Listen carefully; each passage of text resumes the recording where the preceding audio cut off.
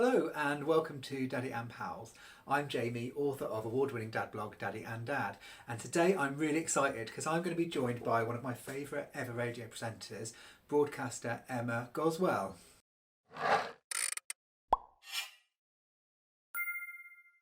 So Emma is a broadcaster and campaigner and famously a presenter on the world's biggest LGBTQ radio station, Gadio, which happens to be my favourite radio station.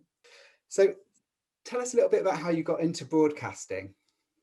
Gosh, well, I'm so long in the tooth that they now call me at Gadio the Gadio's drag mother, which I think is a compliment from a lot of younger gay men to me, because I've been in it broadcasting about 30 years.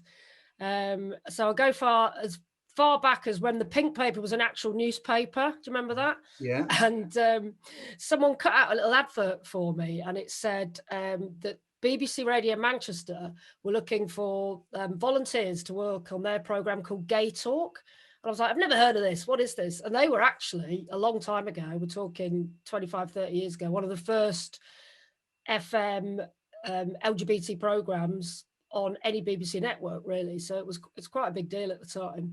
And I just started volunteering for the BBC, and I thought, my God, people are getting paid to like interview other people and go on the radio, and this is my future. This is what I want to be doing. Yeah. And then, of course, because it's a nightmare industry to get into, it took me doing a postgrad and being the oldest work placement person in the whole of Greater Manchester and applying for 95,000 jobs to get into the industry. But I got there in the end. Yeah, I was absolutely determined that I wanted to be a broadcast journalist, actually, not a presenter, which is what annoys a lot of young people, because I teach radio skills as well.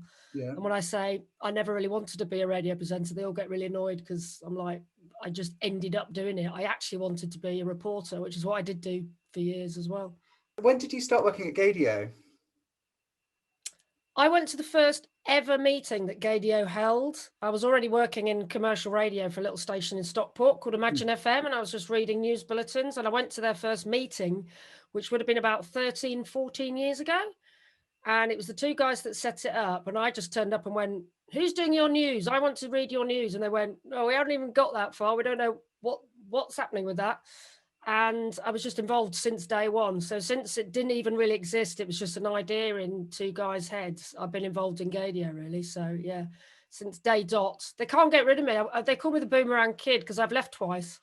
Yeah. It always ends up going back. I was going to mention that because you recently left the Gadio, didn't you, last year? Was it last year? Yeah, June 2020. Well, no, it was July actually that I left. Yeah, to look after my sister, and yeah, it was the right time to leave and spend time to be a sister, really. So in June last year, I decided that I was going to go and spend my Abigail's birthday with her, even though it was slightly against coronavirus restrictions. But I think restrictions are different if you are terminally ill, and we knew that probably would be or could be Abigail's last birthday. So I made sure that I'd got time off from Gadio. I went down to Wales to see my sister to celebrate her 47th birthday with her, and then unfortunately we didn't get to celebrate it in person because about a day before she ended up in hospital, and they told her that the cancer had spread even further. There was absolutely no point in doing any more chemotherapy. This was going to be, they never ever gave us a time, and Abigail never asked for a time span actually, but we knew that it was going to be, her last days, weeks or months. We didn't know how long we had, but I knew that it probably wasn't going to be very long. So I made the decision after doing the breakfast show for Gadio from my dad's study for about 2 or 3 weeks, which was a very bizarre experience. Yeah. Because I kept saying, I'll come back to Manchester next week. I'll come back to Manchester next week and I'll be in the studio. And then we got the news that she was going to go downhill and it was not going to be good. I just said, I can't go back. This is the time. I need to be there for my sister. Yeah. And I quit all my jobs. I had 3 jobs in Manchester, so I'm getting emotional. And I quit all my jobs because I knew I had to be there for her. She did need a lot of care towards the end. So, I ended up doing things for my sister that I never thought I'd have to do. I helped to shower, I helped to get out of bed. Her mobility was quite bad towards the end. But we, in the end, we had a great summer. We still we got a mobility scooter. We managed to go to the beach. We managed to take places. We managed to go out and see the sheep and see the views in Wales. Sorry, I'm getting emotional. But it was just really important for me to spend that time with her because, you never know how long you've got with someone, do you? She was diagnosed as having secondary breast cancer in January 2018. And it turns out she lasted just under 3 years. She didn't make 3 years from her diagnosis. So at the age of 47, it's pretty shit, really. She just made her 47th birthday. That was in June, but then passed away in October. So I'm really glad that I did quit my jobs and then I had time to spend, 24/7 with her, as much time as possible between June and October when she passed away. Yeah. And then I had to write her eulogy for the funeral. Then we decided to finish her blog because I'm so proud of my sister. She taught me more than I've ever learned in my entire life, actually. Yeah. She taught me to appreciate every single moment and every single good thing that happens in life. And she never dwelt on the bad. She never dwelt on the pain. She wrote a blog about, she said, one girl's journey to kick the shit out of stage 4 cancer. And it was her cancer journey. But there was so much humor in it as well, so much practical advice to other people that are, going through the same thing, or advice to family. And people would go, how's it going? And she'd go, just read the blog. It's all there. Yeah. It's called Abigail's Blah Blah. If you want to look it up on WordPress, it's still there. And I had to write the final bit because we just thought it sort of left hanging. And I had to do the update and say, this was never going to be a blog with a happy ending. Unfortunately, she has passed away. But what an amazing legacy she left. She had tens of thousands of readers of that blog. Yeah. And she used to tweet like constantly, hashtag feel your boobs and bits, because early diagnosis is so important. So if people can just remember, male or female, feel your boobs, boys, feel your bits. And so what are you up to nowadays? Yes, so I stopped doing the breakfast show on Gadio for the second time. I left in January 2018, the first time I left the breakfast show. Then I left the breakfast show in July 2020 as well. And, it is a young person's job, I think, doing a breakfast show. I've had more fun than I can possibly believe doing the breakfast show on Gadio. It is. People underestimate how hard work it is and how stressful it can be, but the payoff is that the listeners like yourself are next level, supportive, amazing. It really is an incredible community. It's one of the best jobs in the world, but I just thought I cannot for the rest of my life get up at 5 a.m. and broadcast a show 5 days a week. So I just decided the time was right for me. I've been in broadcasting nearly 30 years. I've done breakfast shifts on other radio stations as well. I just thought the time is right for me to take a back seat and pursue other projects, other dreams, other aspirations. So I am actually still at Gadio, although no one really realizes because I'm actually sort of behind the scenes. So I actually work 2 days a week doing training. So I'm doing training with people in Greater Manchester who are unemployed and training them to do radio skills, unfortunately through Zoom rather than going into the station at the moment. And I'm doing some broadcasting on BBC Radio Manchester. I'm still doing my podcast, Coming Out Stories, of course. And I'm about to make a documentary from BBC Radio Wales about LGBT life in Wales. Okay. And just busy doing other stuff and campaigning. I've been doing talks to corporate businesses about LGBT history, did a talk to a school about LGBT history. So my career is sort of spanning off into different things, really, which is quite exciting. So you might know that our children are 11 and 12. And I was just listening to you talking to Dean on the radio yesterday about your trip into school.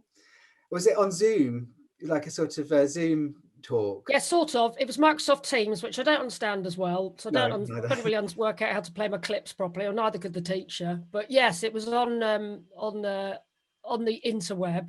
Yeah. And of course, they're all over the place. About 30 or 40 of them were actually at school, but the rest were all in their homes. So there was at least 200 year 8s watching. Wow. The most terrifying thing I've ever done. Icons with their faces in.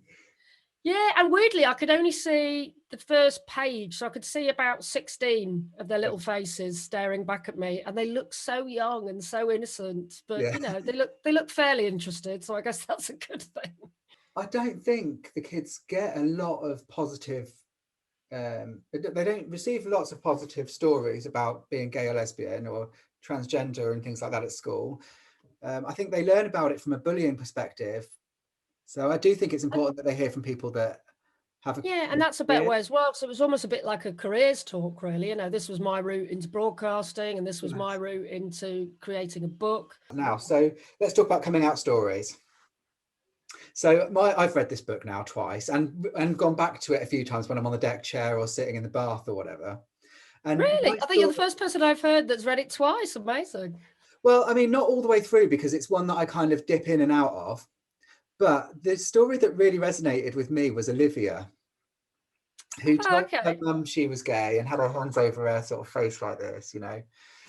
Because when I came out to my mum, we were in the car. I thought I'll wait until we're sort of trapped in together and came out in the car on we were driving through Coventry on the way back to uni. And I just remember doing this, you know, with my hands, because I was really worried about what her expression might do or how she might react. And so Olivia's story in your book really, really resonated with me. And that's interesting that you put yourself in a car, because that's always the really difficult situation, because you can't get out, can you? And that's interesting. I've spoken to at least 2 people for the podcast that have come out to their parents in a car, and I always think, no, that's the worst. You can't run away. But like you say, but they can't run away either, I suppose, is the point. Yeah, and on the other hand, a car, and I think the same actually about talking to the boys about like uncomfortable subjects like puberty or bullying and stuff. When you're all in the car, you're really comfortable and relaxed, and the music's on and it's quite warm. I just think it's quite a nice, comfy little bubble environment. You're less likely to get distractions as well, aren't you? Like the TV being on, or you know, or I've got to run and I've got to go and do my homework, or I've got to run and do this, or I've got to go and clean the skirting boards. You know, there's no excuses there. You're in that shell together, aren't you, really? So tell me a little bit about your inspiration and why you decided this was a good time to put together all these stories. Well, I've actually been doing the podcast for over 2 years now. We started the podcast in 2018, and it was fun enough, the idea of a straight cisgendered friend of mine who happened to be a landlady at the time. Yeah. And she had to actually convince me to do it, because I was a little bit wary and just thought, do I want to tell my story? Is it that interesting? And yeah, it's good to know that I can be wrong. And as a Taurian, it's very hard to admit that.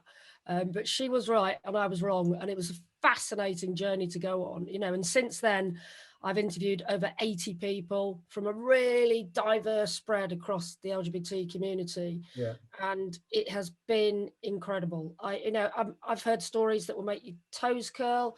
I've heard stories that, make you put your hands in front of your face, that make you cringe, that make you cry, that make your heart break, but also stories that make your heart sing as well. Yeah. And if there's one message that is between all the awful stories, is that it does get better. You know, I've spoken to people that have been threatened with a lobotomy. I've spoken to someone that's been through so-called gay cure therapy. Yeah. Also thrown out of university for being gay. You know, people have had absolute crap thrown at them, and they've always managed to come through it and come out the other side and been happier people. So I've absolutely loved doing the podcast, because every single person I've spoken to said, do you know what? I never regretted coming out, even if shit happened. I've come through it. I've come to the other side, and I'm a much happier person through not being in the closet and actually being able to live my true life and my true self. Because I guess universally, it's just completely liberating, isn't it, coming out? Like whether or not the response you get is good or bad, you've still got this huge secret and denial and grief out of you. And it's like a fresh start, isn't it?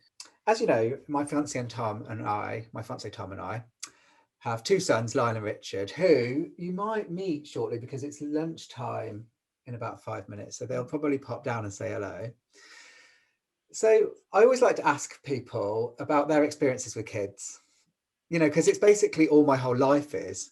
And so, you know, it's usually the first place my mind goes when I'm thinking of what to ask new people.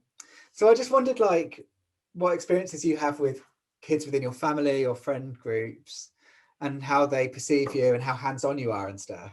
Well, my family have always been absolutely rubbish at breeding. So in between us and our cousins, there is a generation of 7, and neither me or my sister had any children. And then one cousin finally had a child literally 2 years ago. Bear in mind, I'm 50 next month. This has been a long time before anyone in my family bothered to get married or bothered to have any children. And they're the other side of the country. I've never even met this child. My only niece, I've never even met. That's how rubbish our family are. However, I have become auntie to plenty of my friends' children. Yeah. So I haven't done that much babysitting. I've tried my best. I have got 2 godsons. I've got two of my best friends made me godparents to their firstborn. So I've got a firstborn godchild who lives in Bristol, and another who lives in Broadbottom in Greater Manchester, who's called Billy. And me and Billy are pretty much kindred spirits. I mean, he is 16 now, but I think we've always been kindred spirits because he's always been a bit different and a bit out there as well. He's an introvert. He's incredibly talented at the guitar. But he, like me, throughout my childhood, has always got misgendered. So because he's got long blonde hair, everyone thinks he's a girl. Now, when I was a child, I had hair like this or short, and everyone thought I was a boy. And, you know, it can take a bit of a beating when you're a kid, actually, to constantly get misgendered. And he just rolls with it now. And he just laughs it off and doesn't even care. You know, he's a rocker. So he likes his long hair. You know, he's going to be doing his moshing. He's got his electric guitar. He loves having his long hair. So yeah, so I have managed to babysit him a few times. I did try and indoctrinate him into LGBT way of life once when he babysat during a Eurovision Song Contest. Yeah. And I made us vote for Conchita, and it was the year that Conchita won. And I was like, oh, I'm such a good gay auntie. We're watching Eurovision, and a drag queen with a beard has won Eurovision. This is going to be brilliant education for them, for the kids. Oh, that was fantastic, though, wasn't it? It was a great year. Yeah, it was a great night to be a babysitter, actually, that night. Yeah, so I thought, hopefully I'm doing some good gay auntie parenting there. Well, it sounds like it. Perfect. So, I hope so. Tell everybody where they can find your book and your podcast. So the book is called Coming Out Stories, published by Jessica Kingsley Publishers, edited by Emma Goswell and Sam Walker. It looks like this. It's beautiful, isn't it? When I first got it through the post, I actually cried because I was so excited. I had no idea how good it would look. I was like, it's actually a proper book. It's really good. And you can get that wherever you want to get your books from. What I will say though about that though is please try not to get it from the big guys. You know who I'm talking about. There's a brilliant new independent LGBT bookshop that's only recently launched in Manchester called Queer Lit. They're just online at the moment, and they give a lot of their profits to the LGBT Foundation. So I'd love it if you could get my book from them or Gaze the Word or other LGBT friendly bookshops, because, you know, we've all got to stick together in this, haven't we, a bit? Great so idea. Please get it there. And the podcast you can get wherever you get your podcasts from. So whether you get it off Amazon or Fireplayer, or if you get it on Spotify, like I listen to my podcasts, just search for Coming Out Stories. You'll see a nice rainbow logo, and you've got a breadth of different stories to listen to there. And hopefully you'll find a story that really resonates and really inspires you. Lovely. Well, thanks ever so much for talking to me. This has been wonderful. Oh, I told you I could talk for Britain. Sorry. I never shut up. Yeah. And, you know, we really look forward to whatever's going to happen next for Emma Goswell.